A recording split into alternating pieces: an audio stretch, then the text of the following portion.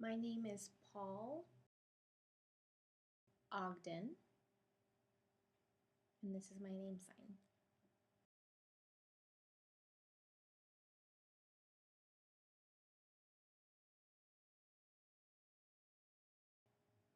I am deaf, however, my parents are not. My parents had 4 sons, and I'm the baby of the family. The oldest can hear, the second can hear, and the last 2 are deaf. My older deaf brother is 11 years older than I am. None of our extended family is deaf. It's just me and my brother.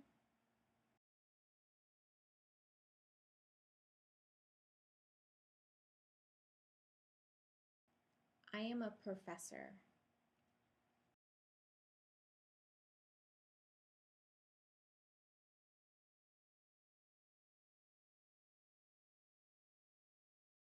I work at Fresno State University, which also is referred to as FSU.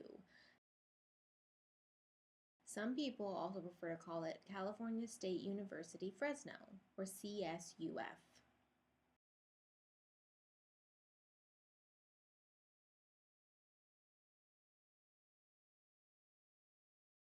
I have 4 main responsibilities at the university. I teach, mostly in a classroom, to students who are receiving their bachelor's or their master's degree, or even their doctoral degree.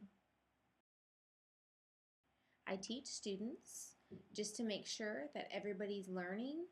I give tests, I collect their research papers and grade them, and all of that is teaching. That's about 75% of my workload.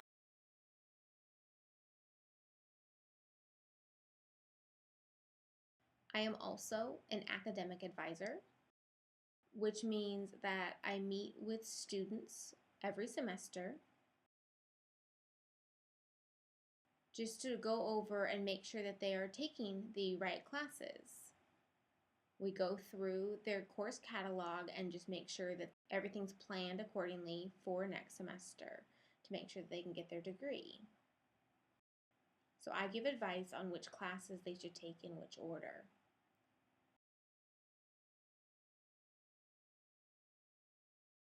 I also do research. All professors at the university must do some sort of research. That could be research on anything, just to show that they are doing scholarly activities. Really, it's just part of professional development. So professors do research, we gather information, we write and publish about it. We could publish articles for journals or magazines. We could write a research paper. I mean, there's a variety of things. We could write a book.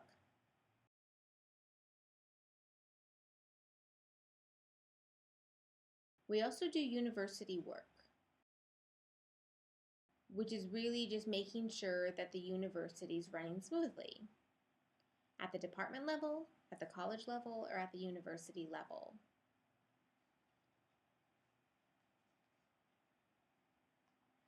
All faculty are responsible for making sure that the new junior faculty are doing well. They get support, give them feedback, and also do evaluations. We write grants. We participate in department meetings on how to make the university even a better place for everyone, for teachers, for students, and also for staff. We attend a lot of meetings. We do a lot of research. We make sure that staff are doing well, that we have all the equipment that we need, that the facilities are running smoothly. There's a lot of little things that need to be done to make sure that the university is running smoothly.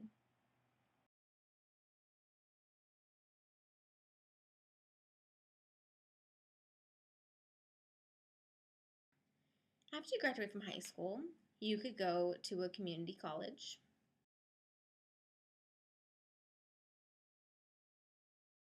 You can receive your associate's degree in 2 years, and then you could transfer to a 4-year college or university. Or after you graduate from high school, you could go straight to a 4-year college or university to receive either your Bachelor's of Arts or your Bachelor's of Science degree in whatever field you choose. For me, I went into the deaf studies profession. There are some students who choose to be a social work major, maybe an engineering major, or you could major in mathematics and you could receive your Bachelor's of Arts or your Bachelor's of Science.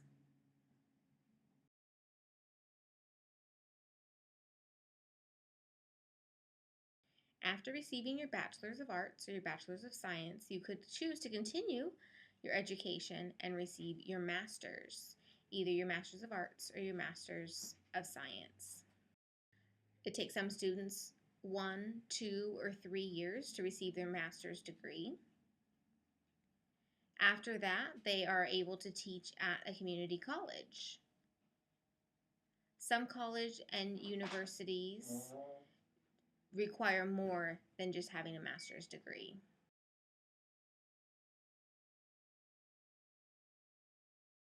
To work at a college or university, you must have a doctoral degree, either a PhD or an EDD. And that can take anywhere from 2 to about 5 years. And that's more studying.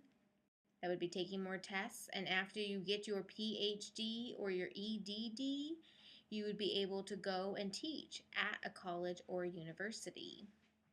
It's really important, though, to receive your bachelor's degree, your BA, your BS, your master's degree, your MA, your MS, or your doctoral degree, an EDD or a PhD.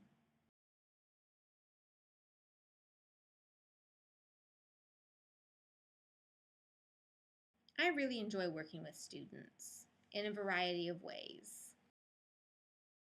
I have taught in the classroom, and I really like seeing students learn. I give them tests. I read their research papers, give them feedback on it, which I really enjoy. And I also really enjoy working with other teachers. Sometimes 2 or 3 teachers will team teach together. We're able to develop workshops or lectures for everybody on the university campus. And it's really a great place to work because it is so diverse. I'm able to meet with different people from all over the world. I also like working one-on-one with each student to provide support and to help them guide them into their future. Also, maybe just even talking with other teachers. I really like that.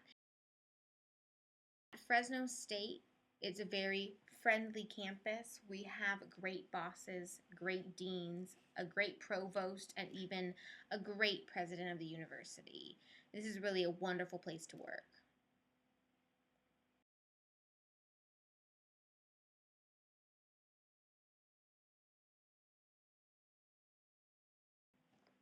I didn't realize until later really what inspired me to be a teacher. But thinking about it now, I would say in high school, I was a pretty good student. And I realized that I started tutoring other students, like in math class. I had students coming up to me after class. I went to a public high school and I was the only deaf student there. And I did not have interpreters or note takers or anything. But I realized that I was able to have that rapport with my peers by tutoring and offering the support that I could. I remember in math class that students sat with me and I was able to re-explain what we had gone over in class. And that was kind of the beginning of it all. In college, I found myself doing the same thing. I was able to share my notes with other students in the class. And we were able to discuss what happened in class and just interacting with the other students. And then eventually a job opened on campus to be a calculus tutor. So I applied and got the job. And then I became the calculus tutor. There were actually 2 of us. And I noticed that I liked working with a lot of the students. The other tutors seemed to attract the students that were doing pretty well in class, and I was working with the students who weren't doing that well. I think that I had more patience than they did. And that worked out, though. We were a great team because, again, I was the only deaf student in the whole school. And I worked well with everybody who wasn't deaf. I was there just to help those students who needed extra support.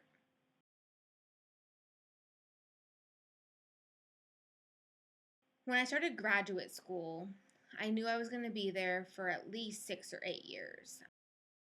I met with my advisor and they said, "You should be teaching a class." And I was thinking, oh gosh, how is this going to happen? Because I had never taught before. So they had to give me all of the materials, the lecture notes, and I studied the course the best I could to prepare. I was able to meet with the advisors and ask them some questions on how I needed to go about teaching the semester. Once I started teaching, I realized that I enjoyed it a lot. I actually taught the whole time I was in graduate school.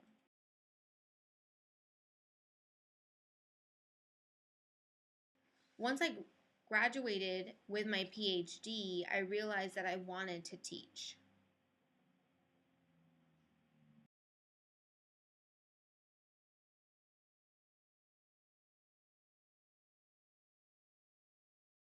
Sometimes people ask how I'm able to teach at a university because I'm deaf and use sign language and not all students use sign language. I have an interpreter in class with me, so the interpreter says everything I'm signing to the students. And sometimes the interpreter has to use a microphone, and sometimes if they're able to project their voice loud enough, they don't have to. They're able to speak everything that I'm signing to the rest of class, and that's how I teach. I've noticed that there's more and more professors in the university setting who are deaf. We have a professor here in the social work department. If a student asks me a question, they have to raise their hand. I call on them. They say their question, the interpreter interprets to me, and I respond in sign language. That's how we're able to communicate. Everybody in class is required to be more sensitive to communication. Life is about communication.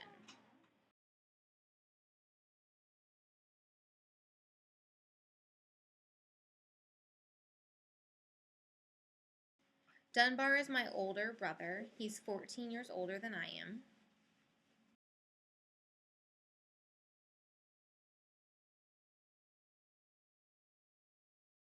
He is not deaf.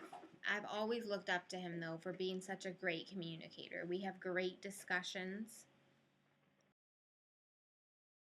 He is a professor of dramatic arts at UC Berkeley. I have visited him in his classroom. He teaches, he gives workshops and lectures. I've actually even seen him teach in Europe. He had students in Europe and he was able to go with them. I mean, it was great how he's able to interact with all of the students from different cultures, from other countries, and I've always looked up to him for all that he does. He really is one of the first people who inspired me. He was always there to give me great advice, and I think he was actually surprised when I started working at the university. I was having some difficulties in my third or fourth year here at Fresno State. And my brother knew that. He wrote me a 15-page letter with a lot of advice on how to succeed in the university setting. It was great advice.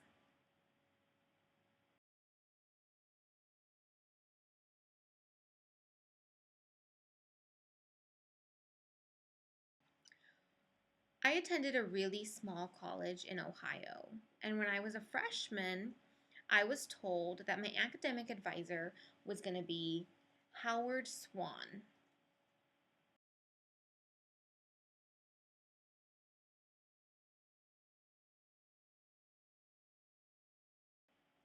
He was my math teacher. I actually took classes from him my freshman and sophomore year, and he's something I really looked up to. He was a great guy, a great teacher, always was very involved with the students. He would have lunch with a group of us and just talk to us about life. He was really a great support for all of us.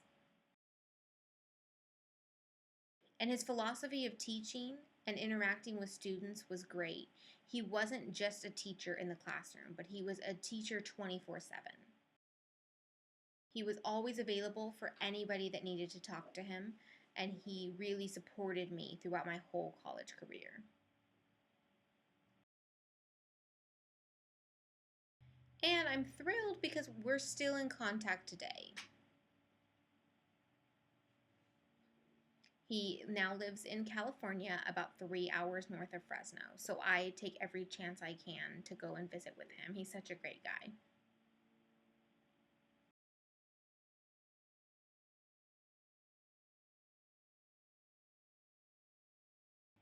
T. Allen Hurwitz is the president of Gallaudet University.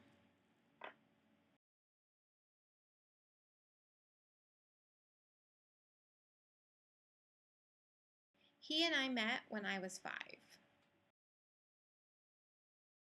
He always came up to me at school and asked me how I was doing. He started working at the university, and that really intrigued me because he was a deaf person working in a university setting. He became the dean, later the vice president, and then the president of NTID, and then he became the president of Gallaudet. So I've always been in contact with him and always asked him how he was able to become the president of a university, because there weren't many deaf professors when we started. And now there are a lot teaching at the community college and at the university level.